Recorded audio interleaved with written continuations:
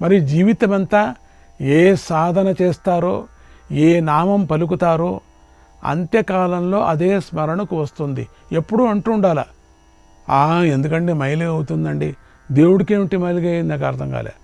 దేవుడు స్మరణ అనేది ఎప్పటికీ మైలే అనేది అన్ని కాలాల్లోనూ నామం పలకపోతే ఎట్లా, అదే స్మరణకు వస్తుంది. శరీరం మంది కాదు కదా, వాడు ఇచ్చాడంతే, ఏదో కాపాడుతున్నాం.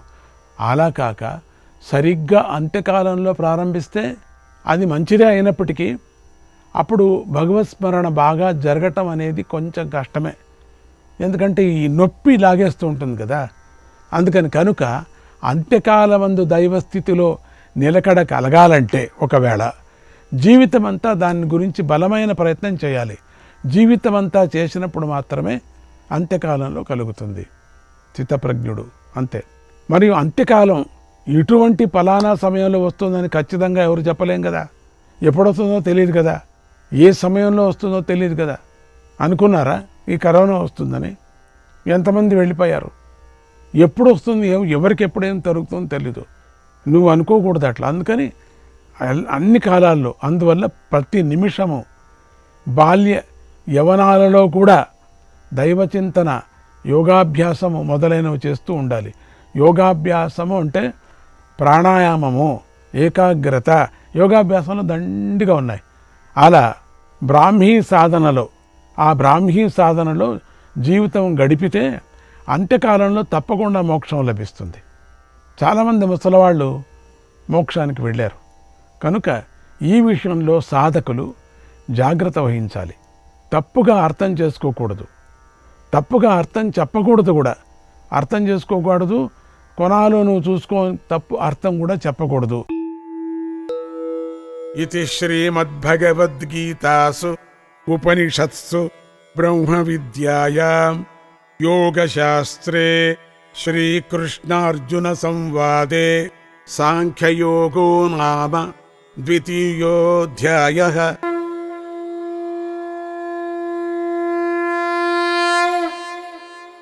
ద్వితీయాధ్యాయ మహిమ మనం విందాం ఇప్పుడు. దేవశర్మ కథ అనేది.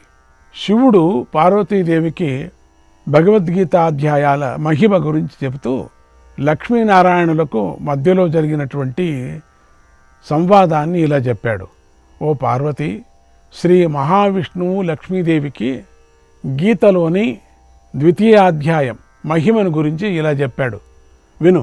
పూర్వం దక్షిణ దేశంలో పురందరం అనేటువంటి పట్టణం ఉండేది. అక్కడ దేవశర్మ అనేటువంటి మంచి విప్రుడు జీవిస్తున్నాడు. అతడు ధర్మాన్ని చక్కగా ఆచరిస్తూ పూజలు, యాగాలు, వ్రతాలు నిష్టగా చేస్తూ ఉండేవాడు. అతిథులకు పూజిస్తూ ఉండేవాడు, దేవతలను పూజిస్తూ ఉండేవాడు. మొదట్లో అతడు కోర్కెలు పెట్టుకొని సాధన చేశాడు. క్రమక్రమంగా అతడి మనస్సులో కోర్కెలు తొలగిపోయాయి, నిదానంగా వెళ్ళిపోయాయి. అతడు కోర్కెలు కోరని నిష్కామ స్థితిని పొందాడు. ఆ స్థితిలో ఉన్న దేవశర్మకు ఒకనాడు ఆత్మజ్ఞానం గురించి తెలుసుకోవాలనిపించింది. ఎంతో కుతూహలం పెరిగిపోయింది. అందువల్ల దేవశర్మ అనేక మంది పండితులను కలిశాడు, సాధకులను కూడా కలిశాడు. ఆత్మజ్ఞానం ఎలా లభిస్తుంది అని అడిగాడు. ఎవరూ అతడికి సరిగ్గా సమాధానం చెప్పలేకపోయారు. అయినా దేవశర్మ నిరుత్సాహపడలేదు. మహాత్మునుడు అడుగుతూనే ఉన్నాడు. చాలా కాలం గడిచింది. ఒకరోజు నా దేవశర్మ వద్దకు ఆనందుడు అనేటువంటి ఒక సాధువు వచ్చాడు. దేవశర్మను ఆయనను పూజించి ఇలా అడిగాడు, ఓ మహాత్మా, నాకు ఆత్మజ్ఞానాన్ని ఉపదేశించండి అని కోరాడు. ఆయన ఆ మాట విని కాసేపు కళ్ళు మూసుకొని ధ్యానం చేశాడు. తర్వాత దేవశర్మతో ఇలా అన్నాడు, నాయనా, నీది అద్భుతమైనటువంటి కోరిక. నేను నిత్యము సంచరిస్తూ ఉంటాను. ఇది నా వ్రతం. పైగా వృద్ధుడిని అయ్యాను. అందుచేత నీ కోరికను తీర్చలేకపోతున్నాను. అయితే నీకు ఒక మంచి ఉపాయం చెబుతాను, దాన్ని నువ్వు పాటించు, నీ కోరిక తీరుతుంది అన్నాడు. ఆ మాట విని దేవశర్మ ఎంతో అట్లీస్ట్ చెప్పాడు కదా కోరిక తీరుతుంది, ఏదో ఒక మాట చెప్తానని చాలా సంతోషించాడు. స్వామి, మీరు నా మీద చాలా కరుణించారు, చాలా సంతోషం. అదేమిటో నాకు త్వరగా చెప్పండి, నన్ను ఉద్ధరించండి, ఎంత కష్టమైనా సరే నేను దాన్ని పాటిస్తాను అన్నాడు. అప్పుడు ఆయన, నాయన దేవశర్మ, ఇందులో కష్టమేమీ లేదు, నువ్వు అసలు శ్రమ పడక్కర్లేదు, నువ్వు ఇది చాలా సులభం, దీనిని ఆచరిస్తే నీ కోరిక తీరుతుంది. ఈ ఊరికి దగ్గరలోనే సౌపురం అనే గ్రామం ఉంది, అది నీకు తెలుసు. అక్కడ మిత్రవంతుడు అనే ఒకడున్నాడు. అతడు గొర్రెలను కాచుకుంటూ ఉంటాడు. ఇప్పుడు అతడు తీరికగా ఉన్నాడు. అతడి దగ్గరికి వెళ్ళు, అతడిని ప్రార్థించు, నీ కోరిక తీరుతుంది, నీకు అతడు ఉపదేశం చేస్తాడన్నాడు. ఆ మాటలు విని దేవశర్మకు తల తిరిగిపోయింది. శాస్త్రవేత్తి కదా దేవశర్మ, మంచి బ్రాహ్మడు కదా, ఇదేంటి గొర్రెలు కాపలా? కాసేపటి వరకు నోట మాట రాలేదు. మనస్సులో ఇలా అనుకున్నాడు, ఇదేమిటిది, ఈ స్వామి ఇలా చెప్పేశాడేమిటి? ఇంతకాలము నేనెంతో నిష్టగా బ్రతికాను, నీతిగా బ్రతికాను, ఇలాంటి నేను ఇప్పుడు ఆత్మజ్ఞానం కోసమని ఆ గొర్రెల కాపరి కాళ్ళు పట్టుకోవాలా? ఇదేం కర్మ? సరే పట్టుకుంటాను, ఎందుకంటే ఆ పెద్దాయన గొప్పవాడు, తపస్సులో గట్టివాడు, వృద్ధుడు.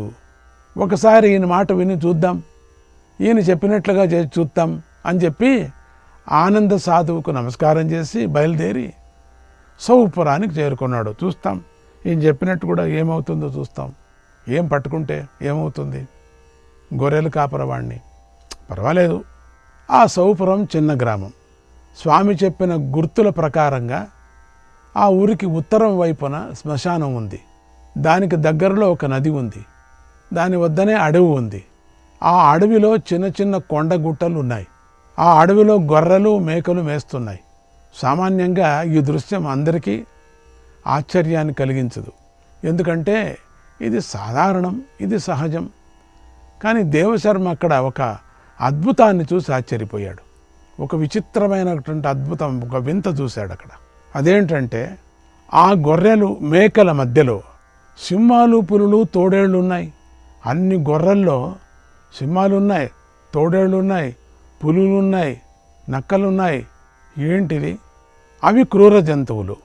అవి మిగతా జంతువులతో కలిసి ఎంతో సంతోషంగా తిరుగుతున్నాయి, స్నేహభావంతో సంచరిస్తున్నాయి. మధ్య మధ్యలో ఒకదానికొకటి నాక్కుకుంటున్నాయి, మధ్య ఒకదానికొకటి ముచ్చట పడుతున్నాయి. ఏంటిది? నాకు అర్థం కాలేదే. దాన్ని చూసే దేవశర్మ ఆశ్చర్యపోయాడు. ఏంటిది, నాకు మాయనా, ఇదేం జరుగుతుంది? అతడి నోటి నుంచి మాట రాలేదు దేవశర్మకు. దీనికి అంతటికీ కారణం ఎవరా అని ఆ ప్రాంతాన్ని శ్రద్ధగా పరిశీలించి చూశాడు. ఎవరో ఉంటారు, కాపలా వాళ్ళు ఎవరుంటారని చూశాడు. అప్పుడు రాతి బండ మీద ఒకడు కూర్చొని ఉండటాన్ని దేవశర్మ చూశాడు. అతడు నిశ్చలంగా చూస్తూ ఉన్నాడు. అతడి కళ్ళు తెరిచే ఉన్నాయి, కానీ వాటిలో చలనం లేదు. దేవశర్మ అతడే మిత్రవంతుడు, గొర్రెల కాపరి అని గ్రహించాడు. ఈ బండ మీద కూర్చున్న వాడే గొర్రెల కాపరి. నిశ్చలంగా కూర్చున్నాడు, కళ్ళు తెరుచుకున్నాడు. అతడు ధ్యానంలో ఉన్నాడని తెలుసుకున్నాడు. వెంటనే దగ్గరికి వెళ్ళి ఎలాంటి సందేహం లేకుండా నమస్కారం పెట్టి అతడితో ఇలా అన్నాడు. నమస్కారం పెట్టేశాడు. ఆనంద యతీశ్వరుడు చెప్పారు కదా అందుకని, ఓ మహాత్మా, మీరు జ్ఞానులని నాకు పెద్దల వల్ల తెలిసింది. నేను మీ నుంచి ఆత్మజ్ఞానాన్ని పొందాలనే కోరికతో వచ్చాను. నన్ను అనుగ్రహించండి, నాకు ఆత్మజ్ఞానాన్ని ప్రసాదించండి అని కోరాడు. మిత్రవంతుడు ధ్యానం నుండి బయటకు వచ్చి ఇలా అన్నాడు, ఓ అయ్యవారు, మీరు బాగా చదువుకున్నారు, మీరు పెద్ద పండితులు, మీ ముందు నేను చాలా చిన్నోడిని. నా కోసమని అంత దూరం నుంచి ఎంత శ్రమపడి నా దగ్గరకు వచ్చి అడుగుతున్నారు కనుక నేను కాదనలేకపోతున్నాను. అదిగో అటు చూడండి, ఆ గుంపులో ఒక మేక ఆకులు తింటోంది. దాని పక్కనే ఒక పులి నిలబడి దాని వంక ప్రేమగా చూస్తోంది. ఆ జీవులను చూస్తుంటే మీకేమనిపిస్తుందో చెప్పండి అన్నాడు మిత్రవంతుడు. చూశారు కదా, మేక ఆకులు తింటుంది, దాన్ని ప్రేమగా చూస్తుంది ఒక పులి. చెప్పగలరా ఎందుకని? వాటిని చూసి దేవశర్మకి ఏం చెప్పాలో, ఏం మాట్లాడాలో తోచలేదు, తెలియలేదు. అయోమయ స్థితిలో పడిపోయాడు. ఏమిటి ఉండొచ్చు ఇదని అతన్నే చూస్తూ నిలబడిపోయాడు. అప్పుడు మిత్రవంతుడే ఇలా చెప్పాడు, ఓ అయ్యవారు, మీరు చింతించకండి, నేనే ఆ పులి మేక కథ చెబుతాను. ఇది కూడా బాగుంది, ఇది ఆత్మజ్ఞానానికి పనికి వస్తుంది. శ్రద్ధగా వినండి, భక్తితో వినండి. ఇక్కడికి కొంచెం దూరంలో ప్రతిష్టానాపురం అనేటువంటి పట్టణం ఉంది. ఇక్కడికి కొంచెం దూరంలో అది గోదావరి తీరాన ఉంది. అక్కడ విక్రముడనే విప్రుడు ఉండేవాడు. అతడి భార్య అందగత్తె. కొంతకాలం వారి సంసారం సుఖంగానే సాగింది. వారు కొంతకాలం బాగానే ఉన్నారు. తర్వాతే పెద్ద మార్పు వచ్చింది. హఠాత్తుగా విక్రముడి బుద్ధి మారింది. ఒక రోజున బోయదాన్ని మెడలో తాళి కట్టేశాడు. అప్పటి నుంచి దురభ్యాసాలకు బానిసైపోయాడు. కట్టుకున్న పెద్ద భార్యను పట్టించుకోవడం మానేశాడు. చిన్న భార్య కోసం ఇంకా ఇంకా డబ్బు సంపాదించాలని శని దానాలు కూడా పట్టుకున్నాడు. మంచి చెడ్డ లేకుండా జీవించసాగాడు. ఇష్టమొచ్చి దానాలు తీసుకున్నాడు. ఇష్టమొచ్చినట్టు పడ్డాడు. ఇలా ప్రవర్తిస్తున్నటువంటి విక్రముడిని చూసి అతడు అసలైనటువంటి భార్య కోపించింది. విక్రముడికి మంచి మాటలు చెప్పి చూసింది. ఎందుకురా ఇవంతా వద్దు, వదిలేసేయని. విక్రముడు వినలేదు. నానా తిట్లైనా దారిలో పెట్టాలని ప్రయత్నం కూడా చేసింది. కానీ విక్రముడు వినలేదు. దాంతో ఆమె బుద్ధి కూడా మారిపోయింది. భర్తను వదిలేసి తన దారి దాన్ని చూసుకుంది. అంటే ఒక ధనవంతుడితో కలిసి మరో ఊరుకు వెళ్ళిపోయింది. అక్కడ జీవించడం మొదలుపెట్టింది. నా ఇష్టం, నేను పోతానని చెప్పి ధనవంతుడితో కలిసి విడిపోయింది. ఆ సమయంలో ఆమె ఎన్నో పాపపు పనులు చేసింది. కొంతకాలానికి వృద్ధురాలైపోయింది. రోగాలు ఆమెను బట్టి పీడించాయి.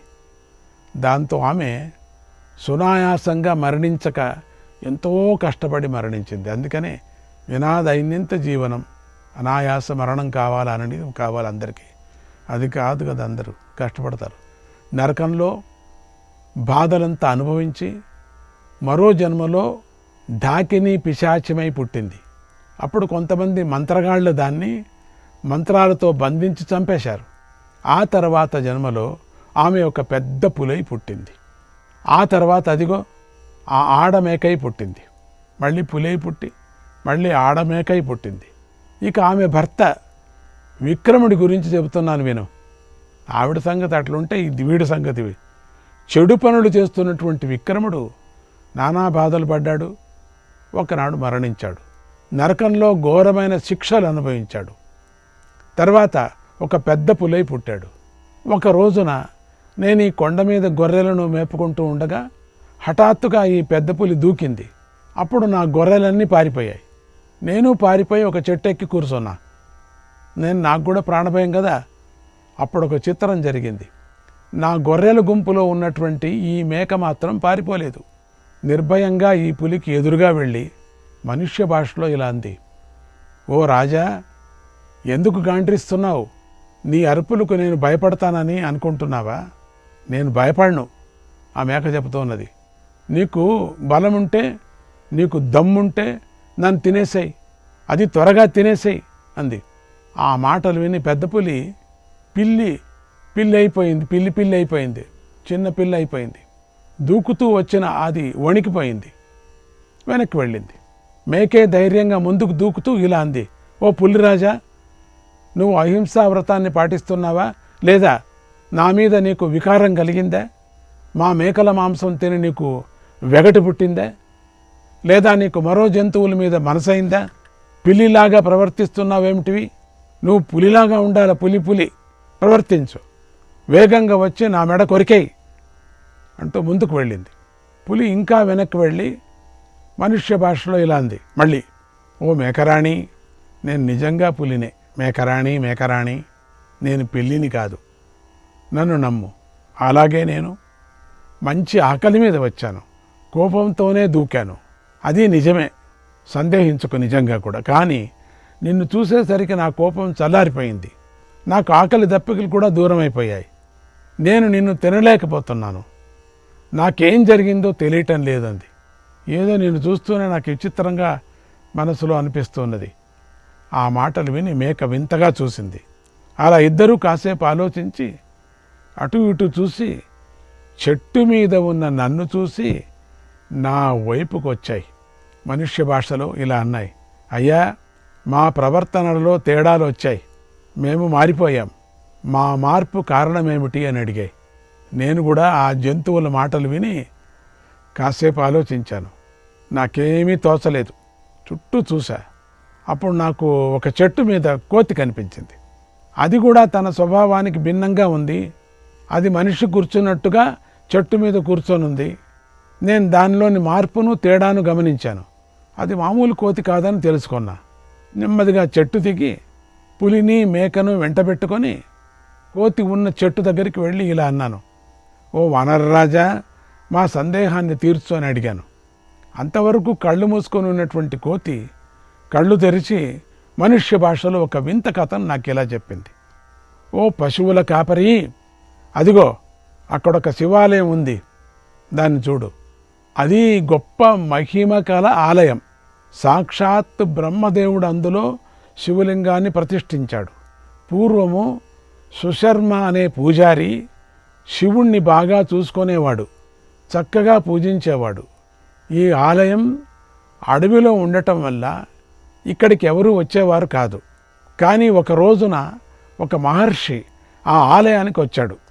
ఆయనను సుశర్మ ఆదరించి ఇలా అన్నాడు, అయ్యా, నేను ఇక్కడ చాలా కాలం నుంచి శివుణ్ణి పూజిస్తున్నాను, తత్వజ్ఞానం కోసం శివుణ్ణి ఆరాధిస్తున్నాను.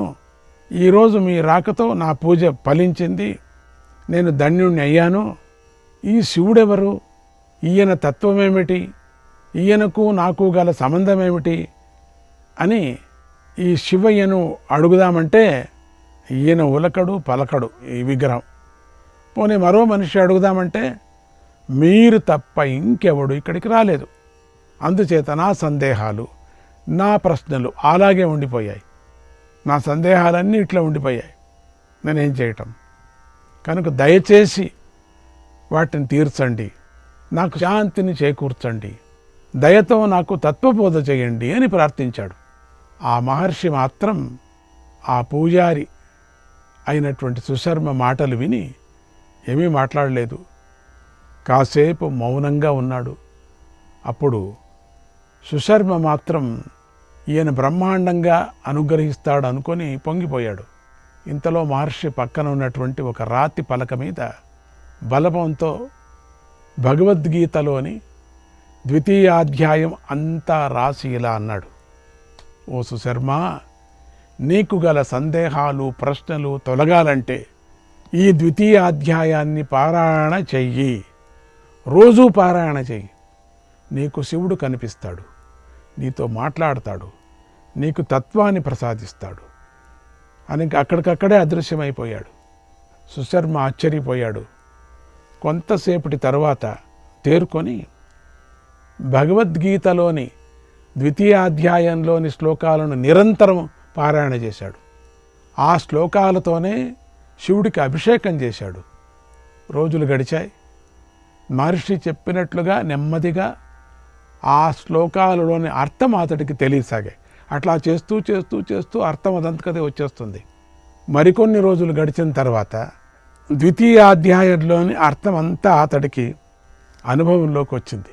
దాంతో సుశర్మకు గల సందేహాలు ప్రశ్నలు తొలగిపోయాయి. అతడి మనస్సు ప్రశాంతమైపోయింది. అతడి అంతఃకరణం శుద్ధమైపోయింది. శ్రీకృష్ణాయ పరమాత్మనే నమః.